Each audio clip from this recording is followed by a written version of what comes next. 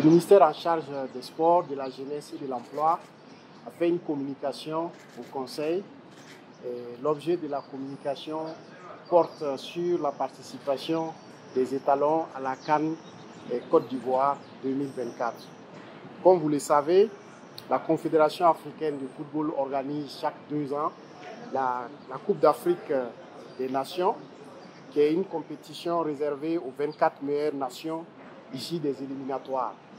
Pour la présente édition, le Burkina Faso a été logé dans le groupe B avec le Cap-Vert, l'Eswatini et le Togo.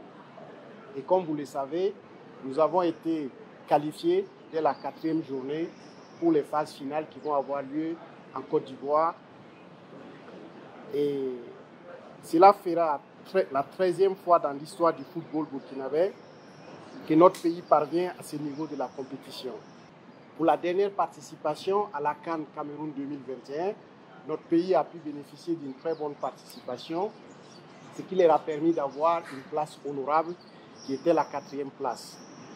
Mais certains problèmes et certains dysfonctionnements ont été constatés dans la participation à la CAN Côte d'Ivoire 2024.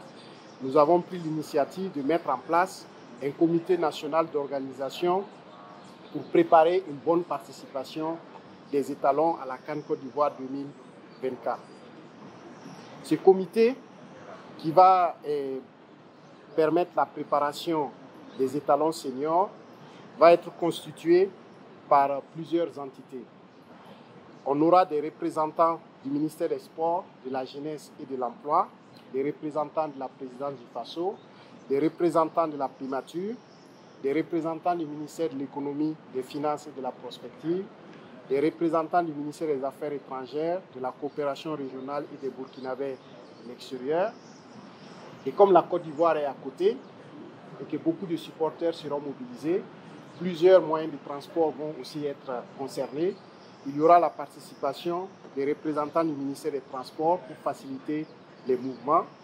En plus des différents ministères, on aura des représentants de la Fédération burkinabé de football, des représentants du Comité national olympique des sports burkinabé, des représentants de l'Union nationale des supporters du Burkina, le 12e homme, et aussi des représentants de l'Association des journalistes sportifs du Burkina et enfin des personnes ressources qui vont être recommandées.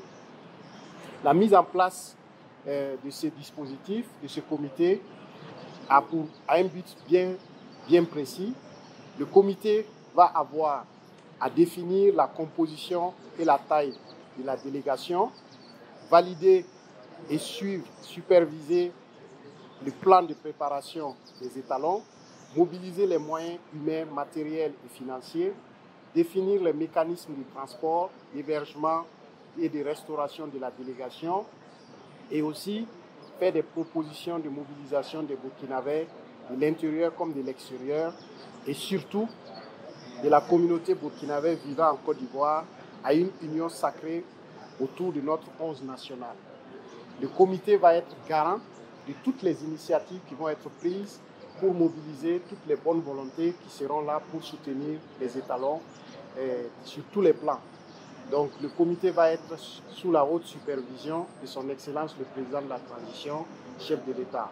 Cela va éviter des démarches parallèles que nous constatons à gauche et à droite qui font des appels d'air à différentes bonnes volontés pour la préparation des étalons et qui se font en dehors de tout contrôle et en dehors de toute structure et reconnue par l'État.